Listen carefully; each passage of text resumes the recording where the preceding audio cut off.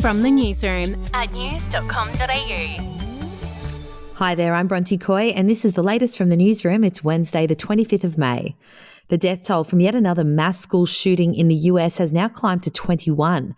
At least 19 children and 2 adults were killed when an 18-year-old opened fire at a school in Texas before the suspect was killed by law enforcement. Here's what US President Joe Biden had to say about the horrifying massacre.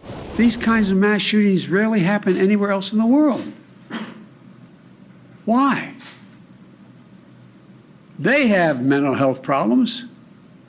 They have domestic disputes in other countries.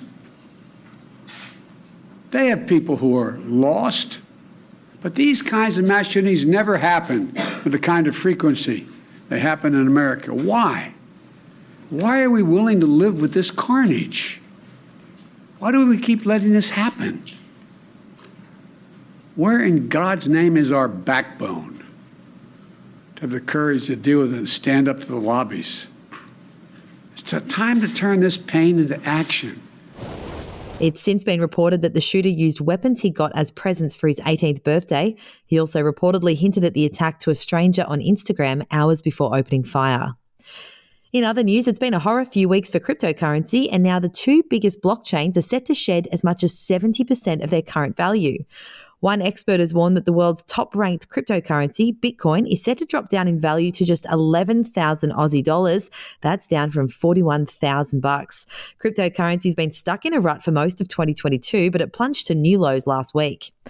And Macca's has announced it's launching a brand new menu item exclusively for Aussies. The fast food giant has created a new beverage dubbed the Australiano as a rival for the classic Americano drink.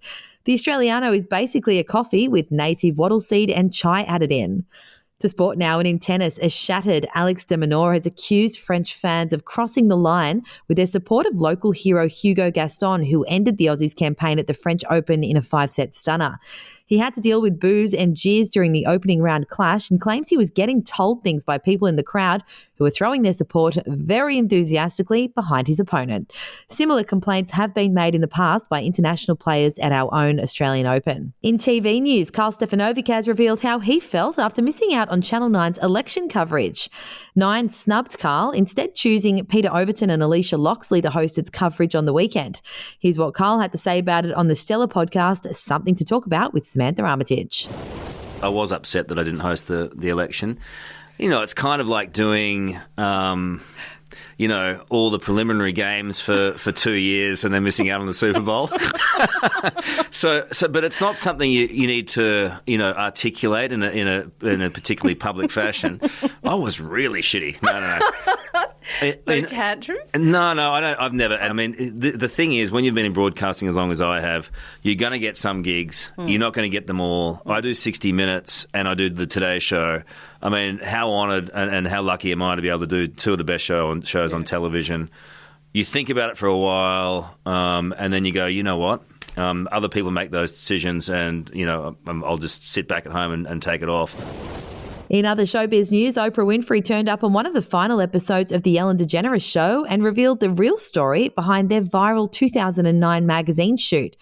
The talk show hosts appeared on the cover of Oprah's own magazine together, and the issue went on to become one of the biggest selling in the mag's history. But during her latest interview with Ellen, Oprah admitted she'd initially thought the whole thing was a gag.